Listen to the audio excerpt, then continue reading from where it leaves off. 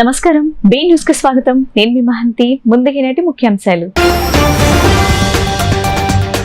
తొలి రోజు అయోధ్య రామాలయం ప్రధాన ద్వారం వద్ద కిక్కిరిసిపోయిన భక్తజన సంద్రం. పెద్ద సంఖ్యలో రామాలయానికి తరలివచ్చిన భక్తజనం. తొలి రోజు సుమారు 5 లక్షల మంది ఆలయాన్ని సందర్శించవచ్చునని అంచనా. నేడు అనంతపురం జిల్లా ఉరవకొండలో సీఎం జగన్ పర్యటన. లబ్ధిదారులకు వైఎస్ఆర్ ఆసరా 4వ విడత కింద డ్వాక్రా సంఘాల బ్యాంకు ఖాతాల్లో నగదు జమ చేయనున్న సీఎం. అఖిలపక్ష పార్టీల ప్రతినిధులతో సీఈఓ ముఖేష్ కుమార్ మీనా సమావేశం. ఎన్నికలు జరిగేంత వరకు ఓటర్ల నమోదు, తొలగింపు కార్యక్రమం జరుగుతూనే ఉంటుందని వెల్లడి. ఎన్నికల తేదీకి 10 రోజుల ముందుగా అందిన వివరాలను మాత్రమే పరిగణలోకి తీసుకునేందుకు అవకాశం ఉంటుందని వ్యాఖ్య. నేటి నుంచి జిల్లాల్లో కాంగ్రెస్ రాష్ట్ర అధ్యక్షురాలు షర్మిల పర్యటన. ఈ నెల 31 వరకు జిల్లాల పర్యటన కొనసాగించనున్న షర్మిల. కాంగ్రెస్ పార్టీ పరిస్థితిపై వరుస సమీక్షలు నిర్వహించే విధంగా కార్యాచరణ. తొలి రోజు అయోధ్య రామాలయంలో ప్రధాన ద్వారం వద్ద భక్తజన సంద్రం కిక్కిరిసిపోయింది. పెద్ద సంఖ్యలో రామాలయానికి భక్తజనం తరలివచ్చారు. వేకోజామున 3 గంటల నుంచే భక్తజనం చేరుకోవడంతో కొందరు భక్తులు అక్కడికక్కడ చిన్నపాటి తోపులాటలు జరిగాయి. తొలి రోజు సుమారు 5 లక్షల మంది ఆలయాన్ని సందర్శించవచ్చునని అధికారులు అంచనా వేస్తున్నారు. ప్రాణప్రతిష్ఠ మరుసటి రోజు అయోధ్య శ్రీరాముని దర్శించుకునేందుకు తొలి రోజు భక్తులు పోటెత్తారు. పెద్ద సంఖ్యలో రామాలయానికి తరలివచ్చారు. కొంతమంది రామభక్తులు వేకోజామున 3 గంటలకే ఆలయానికి వచ్చేశారు. తొలి రోజు రామ్లాల్లాను దర్శించుకోవడానికి ఆసక్తిని కనబరుస్తున్నారు. ఆలయ ప్రధాన ద్వారం వెలుపల భారీ భక్త జనసందోహం నెలకొంది. దర్శనం కోసం భక్తులు నిరీక్షిస్తున్నారు. జై శ్రీరామ్ అంటూ నినాదాలు చేస్తున్నారు. కాగా చిన్నిపాటి తోపులాటలు కూడా జరిగినట్టు పలు రిపోర్టులు పేర్కొంటున్నాయి. కాగా తొలి రోజు అయోధ్య రామాలయాన్ని సుమారు 5 లక్షల మంది భక్తులు సందర్శించుకునే అంచనాలున్నాయి. సాధారణ భక్తులకు నేటి నుంచి దర్శన భాగ్యం కల్పించడంతో పెద్ద సంఖ్యలో హాజరయ్యే అవకాశం ఉందని భావిస్తున్నారు. కాగా భక్తులు ఉదయం 8 గంటల నుంచి బాలరాముని దర్శించుకోవచ్చని ఆలయ పెద్దలు చెబుతున్నారు. మధ్యాహ్నం 1 గంట నుంచి 3 గంటల వరకు ఆలయ ద్వారాలు మూసి ఉంచుతారని తెలిపారు. ఆలయంలో 2 సార్లు హారతిని దర్శించుకోవచ్చు. ఉదయం 6:30 గంటలకు, రాత్రి 7:30 గంటల సమయంలో ఈ అవకాశం ఉంటుందని వెల్లడించారు. ఇక భక్తులు ఆన్లైన్ లేదా ఆఫ్లైన్ లో దర్శనం, హారతి పాస్లను పొందవచ్చు.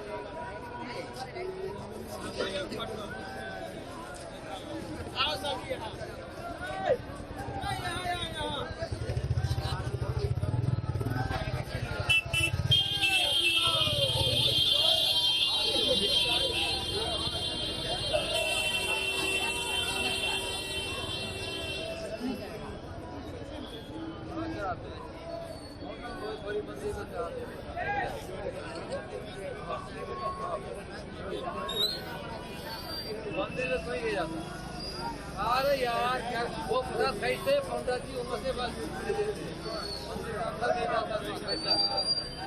वो अंदर लेके जाता है लेकिन वो अंदर नहीं जाता है, उतना दूर तक नहीं जाता है।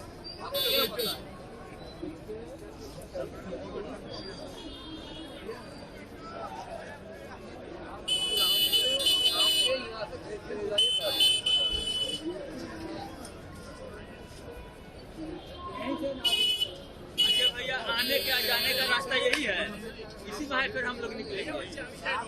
आई बैग रखने के लिए अपने व्यवस्था नहीं है। लाकर व्यवस्था यहीं बगल में है, चालू है कि नहीं है ये नहीं बता पाऊंगा। నేడు అనంతపురం జిల్లా ఉరవకొండలో సీఎం జగన్ పర్యటన చేయనున్నారు. లబ్ధిదారులకు వైఎస్ఆర్ ఆసరా 4వ విడత కింద వర్చువల్ గా డ్వాక్రా సంఘాల బ్యాంకు ఖాతాల్లో నగదు జమ చేయనున్నారు. సీఎం వైఎస్ జగన్ అనంతపురం జిల్లా ఉరవకొండ పర్యటనకు బయలుదేరనున్నారు. ఈ సందర్భంగా వైఎస్ఆర్ ఆసరా 4వ విడత ఆంధ్రప్రదేశ్ రాష్ట్ర స్థాయి కార్యక్రమాన్ని ప్రారంభించి డ్వాక్రా సంఘాల బ్యాంకు ఖాతాల్లోకి నగదు జమ చేయనున్నారు. ఈ ఉదయం 8:30 గంటలకు తాడేపల్లి నివాసం నుంచి బయలుదేరారు. ఉరవకొండ ప్రభుత్వ జూనియర్ కళాశాల మైదానంలో బహిరంగ సభలో ఆయన పాల్గొంటారు. అనంతరం ప్రజలను ఉద్దేశించి సీఎం జగన్ ప్రసంగిస్తారు. ఈ తరుణంలోనే వైఎస్ఆర్ ఆసరా 4వ విడత కింద వర్చువల్ గా డ్వాక్రా సంఘాల బ్యాంకు ఖాతాల్లో నగదు జమ చేస్తారు.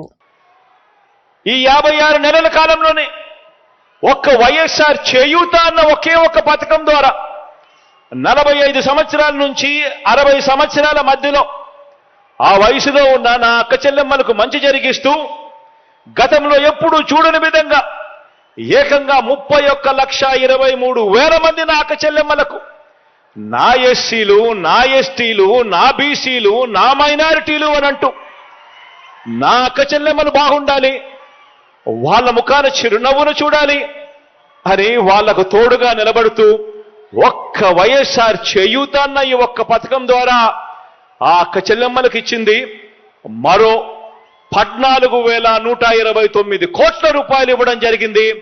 ఒక్క వైఎస్ఆర్ చేయూత అన్న ఒక్క పథకం ద్వారా ఈ 56 నెలల కాలంలోనే నా అక్క చెల్లెమ్మలకు తోడుగా ఉండాలి, నా అక్క చెల్లెమ్మల ముఖాన చిరునవ్వు చూడాలి, నా అక్క చెల్లెమ్మలకు కూడా ఉండడానికి ఒక గూడు ఉండాలి అని ఆరాటపడుతూ ఏకంగా 31 లక్షల అక్క చెల్లెమ్మలకు మంచి జరిగిస్తూ వాళ్లకు ఇళ్ల పట్టాలు ఇవ్వడమే కాకుండా అందులో 22 లక్షల ఇళ్ల నిర్మాణం కూడా చేస్తున్నది కూడా కేవలం మీ బిడ్డ ప్రభుత్వమే అని చెప్పి కూడా చెప్పడానికి సంతోషపడతా ఉన్నాం.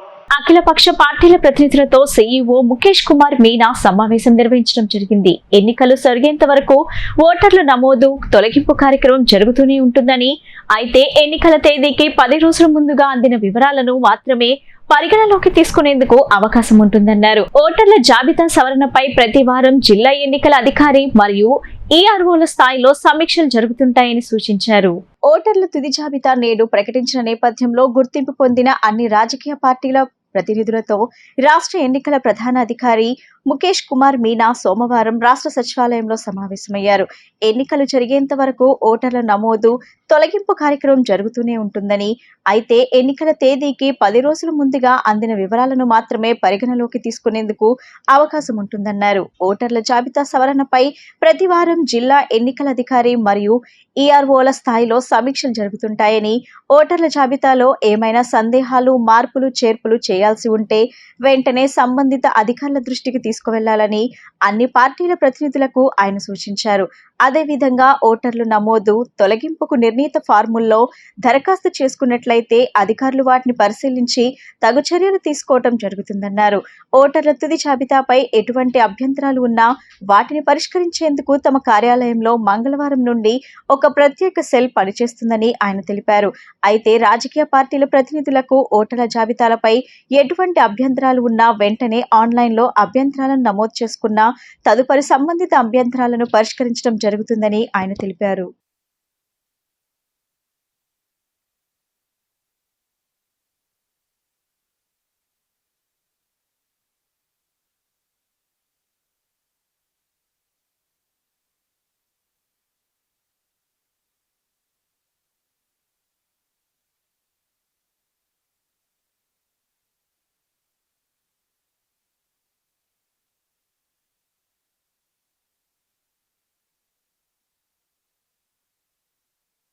ఏపీ కాంగ్రెస్ చీఫ్ షర్మిల నేటి నుంచి జిల్లాల పర్యటన చేస్తున్నారు. ఈ నెల 31 వరకు జిల్లాల పర్యటన షర్మిల కొనసాగించనున్నారు.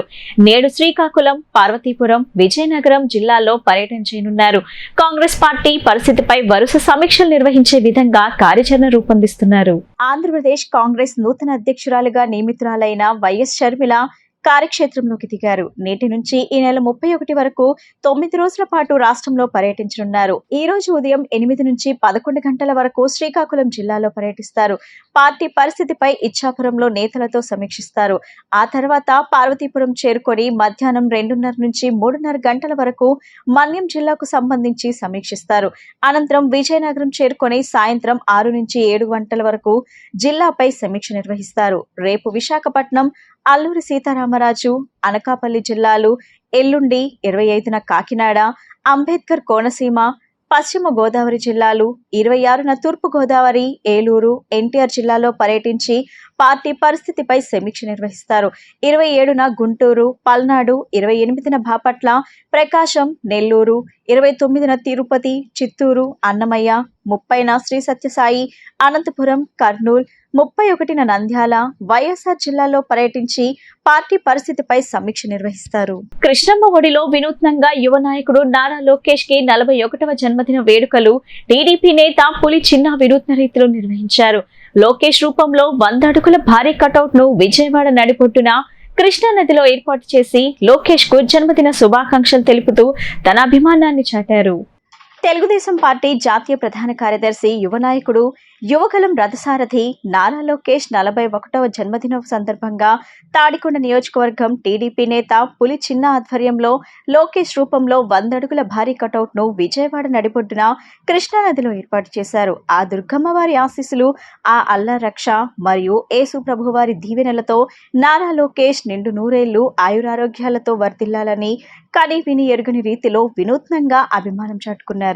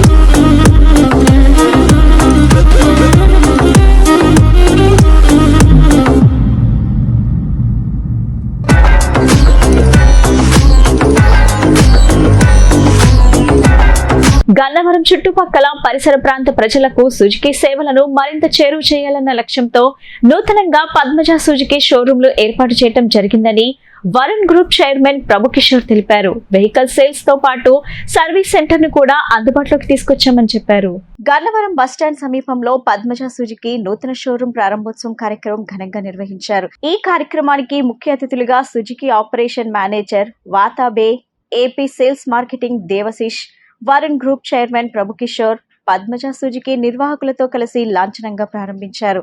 ఈ సందర్భంగా వారు మాట్లాడుతూ గన్నవరం ప్రజలకు సుజుకి సేవలను మరింత చేరువ చేయాలన్న లక్ష్యంతో పద్మజ సుజుకి 53 డీలర్షిప్ కింద షోరూంలు అందుబాటులోకి తీసుకొచ్చామని చెప్పారు. కస్టమర్ల సౌకర్యార్థం 5,000తో సర్వీస్ సెంటర్ తో పాటు స్పేర్ పార్ట్స్ అందించగలిగే షోరూం ప్రత్యేకత అని చెప్పారు. ఎక్స్చేంజ్, ఫినాన్స్ సౌకర్యం కలదని ప్రజలు ఈ అవకాశాన్ని సద్వినియోగం చేసుకోవాలని కోరారు. కస్టమర్లకు మెరుగైన సేవలు అందించడమే తమ లక్ష్యమని స్పష్టం చేశారు. అందరికీ నమస్కారం. మన గన్నవరంలో Padmaja Suzuki showroom, workshop, spare parts facility చక్కటి పెద్ద ప్రదేశంలో పెట్టడం వలన చాలా సంతోషంగా ఉంది. ఇంతకుముందు చిన్న దాంట్లో ఉండేవాళ్ళం. ఇప్పుడు అది వరకు ఒక సర్వీస్ బే ఉంటే ఇప్పుడు 5 సర్వీస్ బేలు అయినాయి కస్టమర్స్కి. అంటే సుమారుగా 35-40 వెహికల్స్ రోజు సర్వీసింగ్ చేయొచ్చు స్కూటర్లకి ఇక్కడ. ప్లస్ కస్టమర్స్కి కూడా సేల్స్ అప్పుడు కొనుక్కునేటప్పుడు కూడా మంచి అనుభూతి కలిగేలాగా చేశారు. నేషనల్ హైవే మీద చాలా సంతోషంగా ఉంది. ఇక్కడ గన్నవరం ప్రజలు, కస్టమర్లు ఇచ్చిన ప్రోత్సాహంతో ఇంత పెద్ద సదుపాయం కల్పించడానికి మాకు కూడా జోష్ వచ్చింది. Thank you. నమస్కారం. World number 1 Suzuki 2 wheelers dealer Padmaja Suzuki ఇవాళ గన్నవరంలో డీలర్షిప్ కొత్తగా ఓపెన్ చేయడం జరిగింది. గన్నవరం చుట్టుపక్కల ప్రజలకి ఈ పెద్ద డీలర్షిప్, పెద్ద workshop, spare parts, service facility అంతా కూడా చాలా ఉపయోగకరంగా ఉందనుకుంటున్నాం. ఈ పద్మజ సుజుకి 53వ డీలర్షిప్ కింద దీన్ని ఓపెన్ చేస్తున్నాం ఈ రోజున. సో మా దగ్గర కొత్త వెహికల్స్ సేల్స్, ఫైనాన్స్ సౌకర్యం, ఎక్స్చేంజ్ సౌకర్యం, అలాగే motor cycles full range of vehicles ఇక్కడ అందుబాటులో ఉంటాయి. సో ఈ అవకాశాన్ని గన్నవరం పరిసర ప్రాంత ప్రజలందరూ వినియోగించుకోవాల్సిందిగా కోరుచున్నాం. Thank you very much.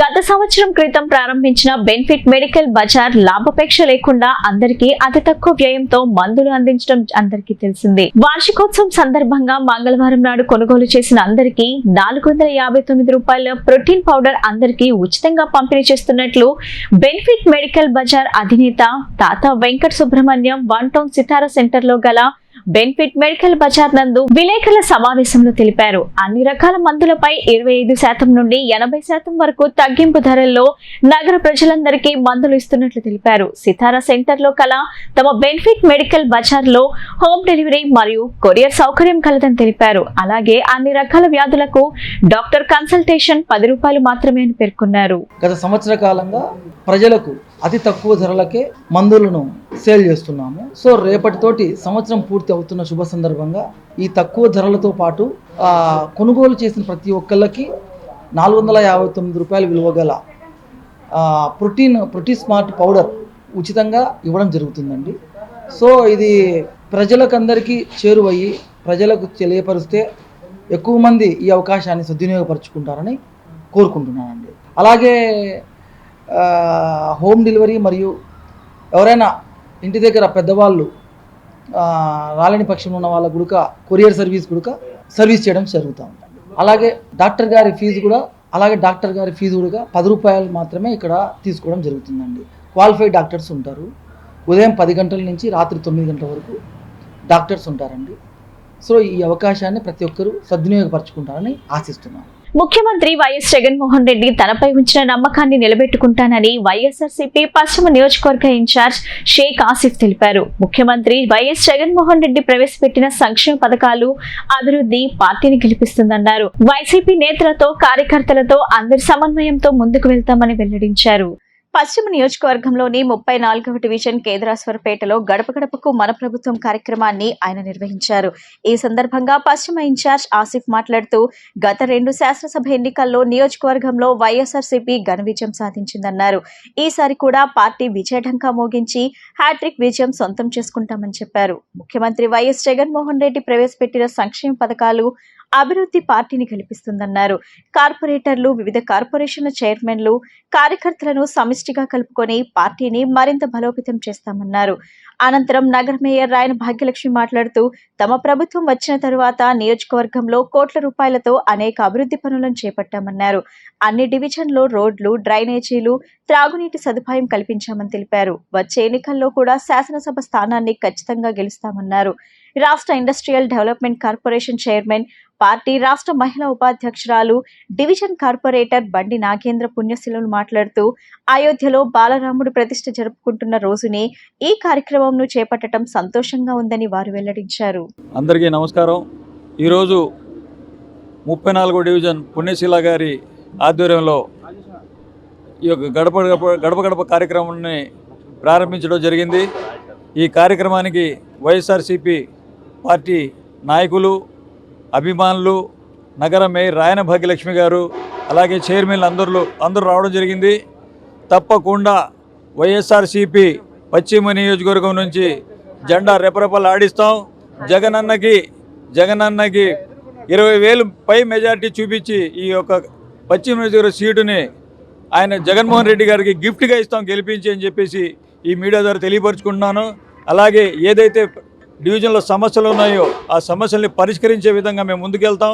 తప్పకుండా ఏదైతే జగన్మోహన్ రెడ్డి గారు నన్ను నమ్మి ఒక ఇన్ఛార్జ్ బాధ్యతలు చెప్పారో ఆ బాధ్యతలు నేను సక్రమంగా నిర్వర్తిస్తూ ముందుకెళ్తానని చెప్పేసి ఈ మీడియా ద్వారా తెలియపరుచుకుంటూ, అలాగే ప్రతి ఒక్కళ్ళు నాకు ఈ గడప కార్యక్రమంలో నాతో ఉండి సహకరించి నన్ను నడిపించి ముందుకు తీసుకెళ్లాలని చెప్పేసి అందరినీ విజ్ఞప్తి చేస్తూ ప్రతి ఒక్కరికి కూడా నా హృదయపూర్వక నమస్కారాలు తెలియజేసుకుంటాను. ఈరోజు మన విజయవాడ నగరంలో పశ్చిమ నియోజకవర్గంలో ఏదైతే మన ప్రీతం నాయకులు ముఖ్యమంత్రి వర్యులు జగన్మోహన్ రెడ్డి గారి ఆదేశాల మేరకు ఈరోజు మన ఆసిఫ్ గారికి ఇన్ఛార్జిగా పశ్చిమ నియోజకవర్గం ఇవ్వటం జరిగింది. ఈరోజు గడప గడపకి మన ప్రభుత్వం ద్వారా 2వ విడత కార్యక్రమం 34వ డివిజన్ పుణ్యశీల గారి వార్డు నుంచి మొదలు పెట్టడం జరిగింది. పూర్తిగా ఈరోజు కార్పొరేటర్లు, చైర్మన్, డైరెక్టర్లు, పార్టీ కేడర్ మొత్తం రావటం జరిగింది. రాబోయే కాలంలో వైనాట్ 175 అనడానికి విజయవాడ పశ్చిమ నియోజకవర్గం నుంచి గెలుపు బాట అన్నది మొదలు పెడుతున్నామని తెలియజేస్తున్నారు. మరి మా గౌరవ ముఖ్యమంత్రి వర్యులు వైఎస్ జగన్మోహన్ రెడ్డి గారి ఆదేశానుసారం పశ్చిమ నియోజకవర్గానికి మరి శాసనసభ్యుడిగా ఎన్నిక చేయమని చెప్పని మాకు అందరికీ అప్పగించినటువంటి బాధ్యత షేక్ ఆసిఫ్ అన్న మరి ఇన్ఛార్జిగా మరి మొట్టమొదటిగా మరి 34వ డివిజన్ మా డివిజన్ నుంచి శుభ ప్రారంభించబోతున్నారు గడపడకి కార్యక్రమాన్ని. మరి ప్రజలందరి దీవెనలు, భగవంతుడి ఆశీస్సులు, అట్లాగే వైఎస్ఆర్సీపీ కుటుంబం అంతా కూడా తన వెంటే ఉండి తన విజయానికి కృషి చేస్తుందని మనస్ఫూర్తిగా అన్నకి మీడియా ద్వారా నేను అభినందనలు తెలియజేస్తూ, ఖచ్చితంగా హ్యాట్రిక్ అనేది వైఎస్ఆర్సీపీ పశ్చిమ నియోజకవర్గం కైవసం చేసుకుంటుందని మరి నా యొక్క అభినందనలు తెలియజేస్తున్నాను. Thank you. ప్రభుత్వంతో చర్చలు సఫలమవడంతో ఏపీ అంగన్వాడీలు సమ్మెను విరమించారు. జీతం పెంపు డిమాండ్ను జూలైలో నెరవేరుస్తామని ప్రభుత్వం హామీ ఇవ్వడంతో అంగన్వాడీలు వెనక్కి తగ్గారు. మంత్రి బొత్స సత్యనారాయణ అంగన్వాడీ ప్రతినిధులతో కీలక చర్యలు జరిపారు. చర్చలు సఫలమవడంతో మంగళవారం నుంచి యథావిధిగా విధులకు అంగన్వాడీలు హాజరు కానున్నారు. ఎట్టకేలకు ఆంధ్రప్రదేశ్ లో అంగన్వాడీలు సమ్మె విరమించారు. జీతం పెంపు డిమాండ్ విషయంలో ప్రభుత్వం సానుకూలంగా ఉందని, జూలైలో నెరవేర్చుతామంటూ ప్రభుత్వం హామీ ఇవ్వడంతో అంగన్వాడీ కార్యకర్తలు వెనక్కి తగ్గారు. ఈ మేరకు సోమవారం అంగన్వాడీ సంఘాల ప్రతినిధులతో మంత్రి బొత్స సత్యనారాయణ జరిపిన చర్యలు సఫలమయ్యాయి. ప్రభుత్వంతో జరిపిన చర్చలు సఫలమయ్యాయని, సమ్మె విరమిస్తున్నట్లు అంగన్వాడీ సంఘాల ప్రతినిధులు ప్రకటించారు. జూలైలో జీతాలు పెంచుతామని ప్రభుత్వం హామీ ఇచ్చిందని, తక్షణమే విధుల్లోకి చేరుతున్నట్టు సంఘం ప్రతినిధులు తెలిపారు. దీంతో మంగళవారం నుంచి అంగన్వాడీలు యథావిధిగా విధులను కొనసాగించనున్నారు. అంగన్వాడీ సంఘాల ప్రతినిధులతో మంత్రి బొత్స సత్యనారాయణ కీలకమైన చర్యలు చేపట్టారు. వేతనాలు పెంచాలనే డిమాండ్ను జూలైలో నెరవేరుస్తామని హామీ ఇచ్చినట్టు మంత్రి బొత్స వెల్లడించారు. దీంతో సమ్మె విరమణకు అంగీకరించారని తెలిపారు. 2 దఫాలు చర్యలు జరిగాయని, అంగన్వాడీలపై నమోదైన కేసులను సీఎం జగన్తో చర్చించి ఎత్తివేస్తామని ఈ సందర్భంగా ఆయన తెలిపారు. అంగన్వాడీ టీచర్ రిటైర్మెంట్ బెనిఫిట్ ను 1,20,000 రూపాయలకు, హెల్పర్ రిటైర్మెంట్ బెనిఫిట్ ను 60,000కు పెంచామని మంత్రి బొత్స సత్యనారాయణ గుర్తు చేశారు. సమ్మె కాలంపై ఏం చేయాలనే దానిపై సీఎంతో చర్చించిన తర్వాత ప్రకటిస్తామని బొత్స తెలిపారు. రిటైర్మెంట్ వయసును 62 ఏళ్లుగా నిర్ణయించామని, మినీ అంగన్వాడీలను పూర్తిస్థాయి అంగన్వాడీలుగా మార్చనున్నామని చెప్పారు. చాలా జిల్లాల్లో అంగన్వాడీలు విధులకు హాజరవుతున్నారని, మిగతా సిబ్బంది కూడా విధుల్లో చేరాలని మంత్రి బొత్స సత్యనారాయణ కోరారు. అంగన్వాడీల ఆందోళన సమయంలో చాలా డిమాండ్లను నెరవేర్చేందుకు హామీ ఇచ్చామని, మిగిలిన వాటి పట్ల ప్రభుత్వం సానుకూలంగా ఉందని ఆయన తెలిపారు. తమ ముందు 11 డిమాండ్లు పెట్టగా వాటిలో 10ని నెరవేర్చేందుకు అంగీకరించామన్నారు. సమ్మె విరమించిన అంగన్వాడీలకు బొత్స ధన్యవాదాలు తెలిపారు. రిటైర్మెంట్ని 62 సంవత్సరాలు చేయమన్నారు. దాన్ని కూడా ప్రభుత్వం సానుకూలంగా స్పందించి దాన్ని కూడా ఉత్తర్వులు ఇస్తున్నాము. అలాగే ప్రమోషన్ రావడానికి వయోపరిమితి 40 సంవత్సరాల వరకు దాన్ని 50 సంవత్సరాలు చేయమన్నారు. తప్పకుండా దాన్ని చేస్తామని చెప్పని, అది కూడా దానికి కూడా ఆలోచిస్తామని చెప్పని ఆ విషయాన్ని కూడా చెప్పాము. ఇంకా వీటితో పాటు మినీ అంగన్వాడీస్ ఉన్నాయి, దాన్ని అంగన్వాడీస్గా తీర్చిదిద్దామన్నారు. మేజర్ అంగన్వాడీ తీర్చిదిద్దామన్నారు. ప్రభుత్వం గవర్నమెంట్ ఆఫ్ ఇండియా కూడా దానికి ఉత్తర్వులు ఇవ్వడం జరుగుతుంది. ఎందుకంటే ఇది గవర్నమెంట్. ఈరోజు 3 సంఘాల ఆధ్వర్యంలో మంత్రులు, గ్రూప్ ఆఫ్ మినిస్టర్లు, అట్లానే ఐసీడీఎస్ అధికారుల సమక్షంలో చర్చలు జరిగినాయి. సుహృద్రావ వాతావరణంలోనే చర్చలు జరిగినాయి. ఈ చర్చలను మేము అంగీకరిస్తూ ఉన్నాము. ఈ రోజు నుంచి ఇప్పటిదాకా మేము ఏదైతే అనుకున్నామో ఆ సమ్మెని కాల్ ఆఫ్ చేయాలని చెప్పేసి అనుకోవడం జరిగింది. అయితే ఈరోజు ప్రధానంగా జూలైలో పెంచుతాము.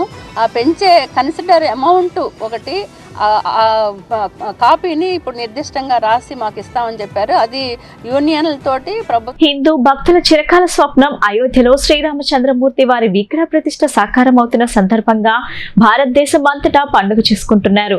భక్తులు దీనిని పురస్కరించుకొని శ్రీరామచంద్రమూర్తి శోభాయాత్ర ఊర్వశి థియేటర్ సమీపంలో గల మోహన్ మెడికల్ స్టోర్ వద్ద నుండి నిర్వహించారు. ఈ శోభామయ జై శ్రీరామ్ యాత్రలో ముఖ్య అతిథిగా టీడీపీ పొలిట్ బ్యూరో సభ్యులు బోండా ఉమా పాల్గొన్నారు. శోభయాత్రను ఉద్దేశించి బోండా ఉమా మాట్లాడుతూ నేడు దేశవ్యాప్తంగా అయోధ్య శ్రీరామచంద్ర ప్రభువారి పట్టాభిషేకాన్ని కన్నుల విందుగా దేశం మొత్తం జరుపుకుంటుందని అన్నారు. రాష్ట్రంలోని ప్రజలు శ్రీరామచంద్రుల వారి పట్టాభిషేకాన్ని ఆనందోత్సవాల మధ్య శోభామయ యాత్రలు నిర్వహిస్తున్నారని అన్నారు. సెంట్రల్ నియోజకవర్గంలో అంగరంగ వైభవంగా కోలాటాల మధ్య ప్రత్యేక పూజలతో రథయాత్రలు సాగుతున్నాయని, ప్రతి హిందువు ఈ రోజు గర్వించదగ్గ రోజని, వీటితో పాటు భక్తులకు ప్రజలకు కలిపి 2000 మందికి ఆ రాముల వారి తీర్థ ప్రసాదాలు అందజేయటం చాలా సంతోషకరమని బోండా ఉమా తెలియజేశారు. ఈరోజు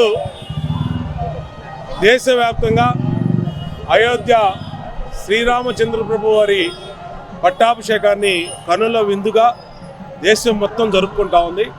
ఈరోజు ఆంధ్రప్రదేశ్ రాష్ట్రంలో మరి అంతమంది ప్రజలు కూడా ఆ మహానుభావుడు దేవుడు శ్రీరామచంద్రుల వారి పట్టాభిషేకాన్ని ఆనందోత్సవాల మధ్య శోభాయాత్రలు నిర్వహిస్తూ ఉన్నాం.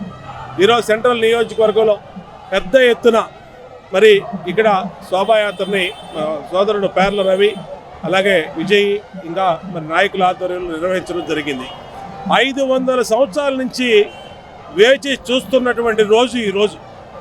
500 సంవత్సరాల కిందటి నుంచి వేచి చూస్తున్న ఈరోజు మరి అందరం కూడా పెద్ద ఎత్తున మహిళలు పెద్దలు అందరూ కూడా శ్రీరామ పట్టాభిషేకాన్ని కోసం అంకితం అయిపోయినటువంటి రోజు. టీవీలకు ముందు మరి అన్ని గుళ్ళలో కూడా పెద్ద ఎత్తున స్వామివారి పూజలు జరుగుతూ ఉన్నాయి.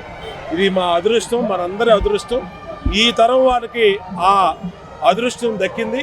ఇవాళ అయోధ్యలో శ్రీరామచంద్రుని పట్టాభిషేకం కోసం మరి చంద్రబాబు నాయుడు గారు మరి ఇక్కడి నుంచి ప్రత్యేక ఆహ్వానితులుగా అక్కడికి వెళ్ళటం, వారి సేవలో చంద్రబాబు నాయుడు గారు పాల్గొన్నారు.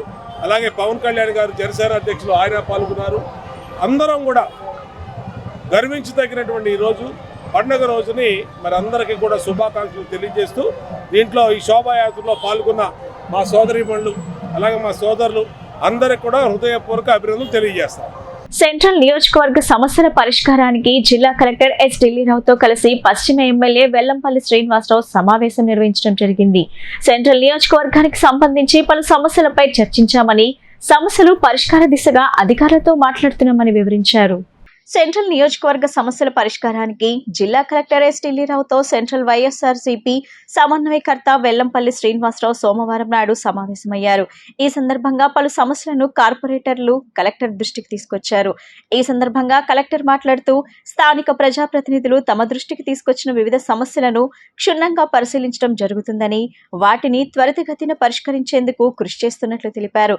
అనంతరం వెల్లంపల్లి మాట్లాడుతూ సెంట్రల్ నియోజకవర్గానికి సంబంధించి పలు సమస్యలపై చర్చించమన్నారు. ఓటీఎస్, పట్టాలు, ఇళ్ల స్థలాల క్రమబద్ధీకరణ, గుణదల ఆర్ఓబీతో పాటు పలు భూ అంశాలపై చర్చించామన్నారు. నగరపాలక సంస్థ పరిధిలో ఇప్పటికే 22A నుంచి తొలగించిన సర్వే నెంబర్ల వివరాలను లబ్ధిదారులకు తెలియజేసేందుకు ప్రత్యేకంగా చర్యలు తీసుకోవాలని సూచించామన్నారు. ఈ కార్యక్రమంలో శాసన మండలి సభ్యులు Ruhulla, joint collector doctor P Sampath Kumar, నగరపాలక సంస్థ కమిషనర్ Swapnil Dinakar Punkar, sub collector Aditi Singh, deputy mayor Avutushri Sailajareddy, నియోజకవర్గం కార్పొరేటర్లు తదితరులు పాల్గొన్నారు. వార్తలు ముగించే ముందు ముఖ్యాంశాలు మరోసారి. తొలి రోజు అయోధ్య రామాలయం ప్రధాన ద్వారం వద్ద కిక్కిరిసిపోయిన భక్తజన సంద్రం. పెద్ద సంఖ్యలో రామాలయానికి తరలివచ్చిన భక్తజనం. తొలి రోజు సుమారు 5 లక్షల మంది ఆలయాన్ని సందర్శించవచ్చునని అంచనా. నేడు అనంతపురం జిల్లా ఉరవకొండలో సీఎం జగన్ పర్యటన. లబ్ధిదారులకు వైఎస్ఆర్ ఆసరా 4వ విడత కింద డ్వాక్రా సంఘాల బ్యాంకు ఖాతాల్లో నగదు జమ చేయనున్న సీఎం.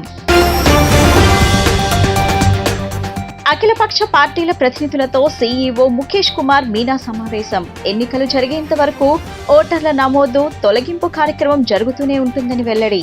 ఎన్నికల తేదీకి 10 రోజుల ముందుగా అందిన వివరాలను మాత్రమే పరిగణలోకి తీసుకునేందుకు అవకాశం ఉంటుందని వ్యాఖ్య. నేటి నుంచి జిల్లాల్లో కాంగ్రెస్ రాష్ట్ర అధ్యక్షురాలు షర్మిల పర్యటన. ఈ నెల 31 వరకు జిల్లాల పర్యటన కొనసాగించనున్న షర్మిల. కాంగ్రెస్ పార్టీ పరిస్థితిపై వరుస సమీక్షలు నిర్వహించే విధంగా కార్యాచరణ.